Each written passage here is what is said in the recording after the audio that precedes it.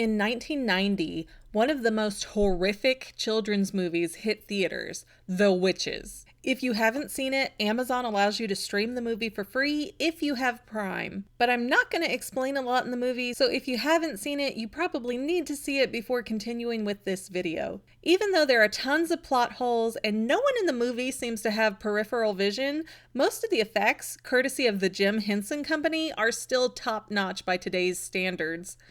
And truly, it's one of only a few movies I've ever seen that use highly trained mice. So it's not a perfect movie, but it is fun. Well, fun-ish. I saw the movie when I was 5, and I was so horrified that I never watched it again until just now when I decided, I guess, that my children needed punished. Seriously, the imagery and storyline in this film got under my skin badly. I got chills all over again watching the story of Erica being trapped in the painting. I mean, since I saw this movie at age 5, I have not been able to see a similar style of painting without getting chills and upset that somebody might be trapped in there.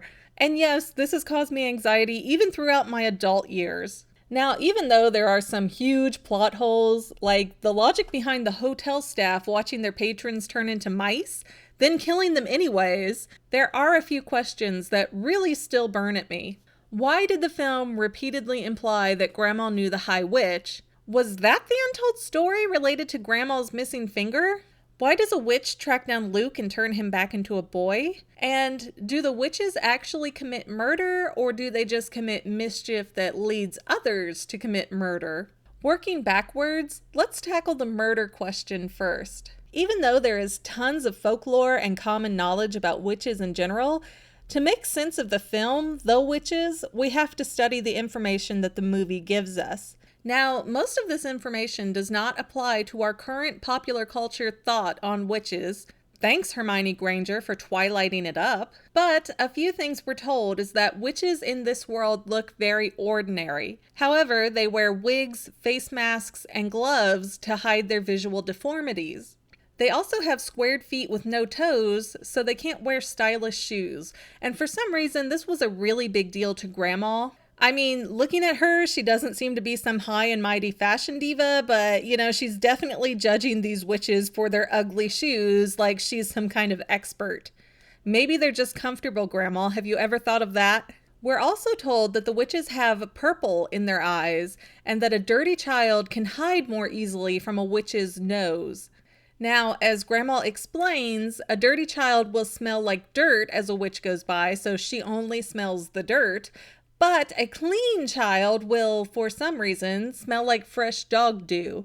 And that probably explains a large reason as to why the witches hate children. I know I wouldn't like a group of people that made me want to throw up every time I smelled them. But the movie establishes that witches want to kill all children, and if a witch sets her sights on you as a kid, you are doomed. However, we're really only shown 2 ways that the witches work. They either abduct children and somehow trap them into paintings, or they turn them into animals like mice. Now, we know that the painting children get to live out their lives because we see them move around in the painting and they keep aging. It's a lonely life, sure. There are kids who probably got burned up in fires while in the painting because their parents got so freaked out, sure.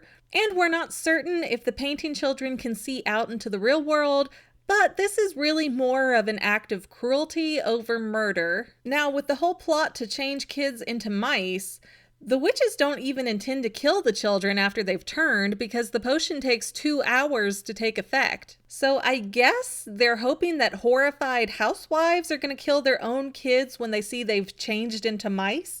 And really, if the witches eliminate all children in England, then what? Do the witches expect people to not have more babies? Or is their goal for the human race to die out?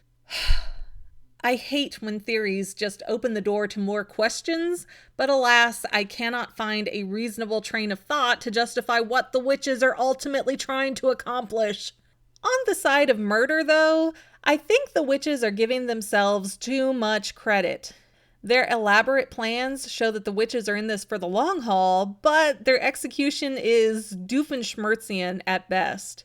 These witches are more in line with causing fear, panic, and mayhem than actually killing the children. But I guess if their goal is to just have fewer children around themselves, then they're accomplishing that just fine. So, witch victory? Now, on to the blonde witch, who inexplicably chases Luke down and changes him back into a human boy. As a kid, that was my oh thank goodness moment in the film, where everything got back to normal and the protagonists are better off than where they started. But as a 30-something adult, I'm totally confused as to what motivated the blonde witch to help Luke and why she had green magic instead of purple. The movie seems to imply that the blonde witch was just so happy that the Grand High Witch was murdered that she turned Luke back as a reward. But why?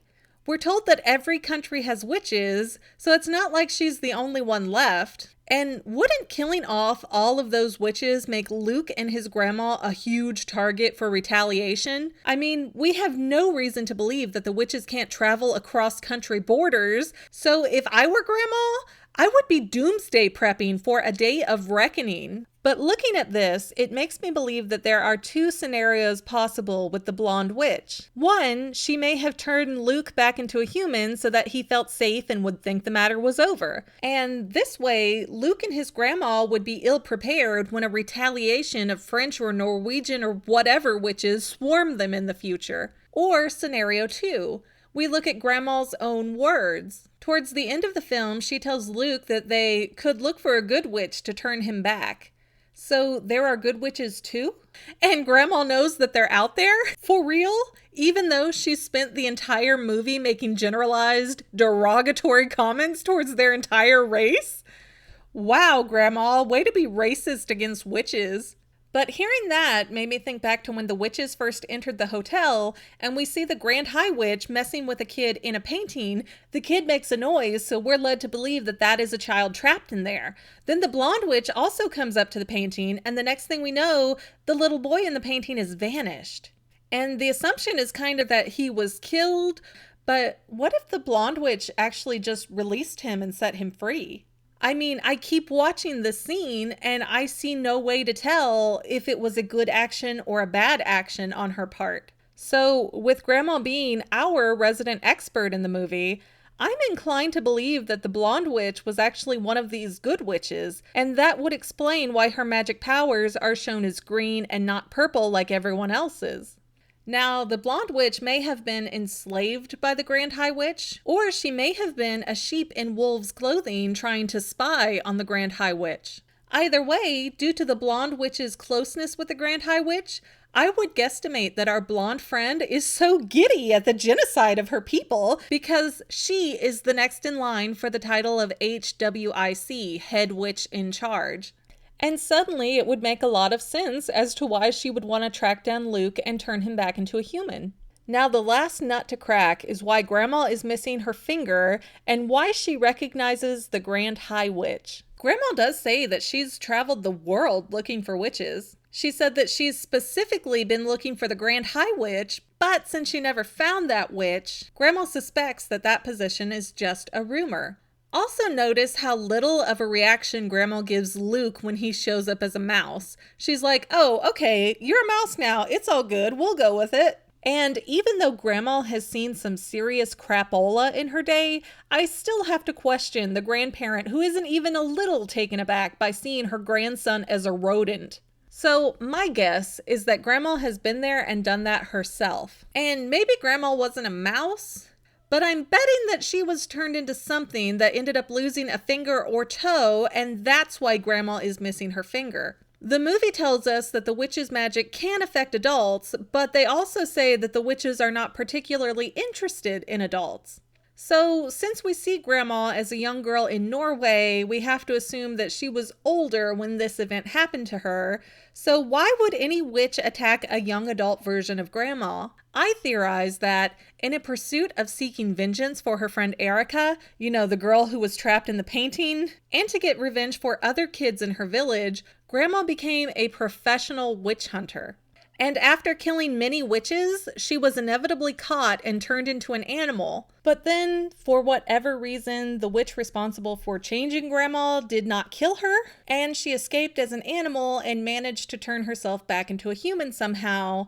Now, Grandma and the Grand High Witch do have a really weird back and forth for a minute when the Grand High Witch is turning into a rat. The witch says, "Next time, old woman," and Grandma stops her and goes, "No, not next time. This time it's your turn." And that seems to me really suggestive that the Grand High Witch had previously turned Grandma into some kind of other creature. And based on what Grandma says at the end of the movie, I think she found a good witch to turn her back. But Grandma didn't get to turn back into a human before having some severe mishap that cost her her left pinky finger. Either that or Grandma joined the Yakuza, and I guess that's also possible, maybe even more realistic. But from what I understand, the Yakuza do not cut off the entire pinky finger, so that would actually mean that my witch hunter theory is more plausible for the universe of the witches.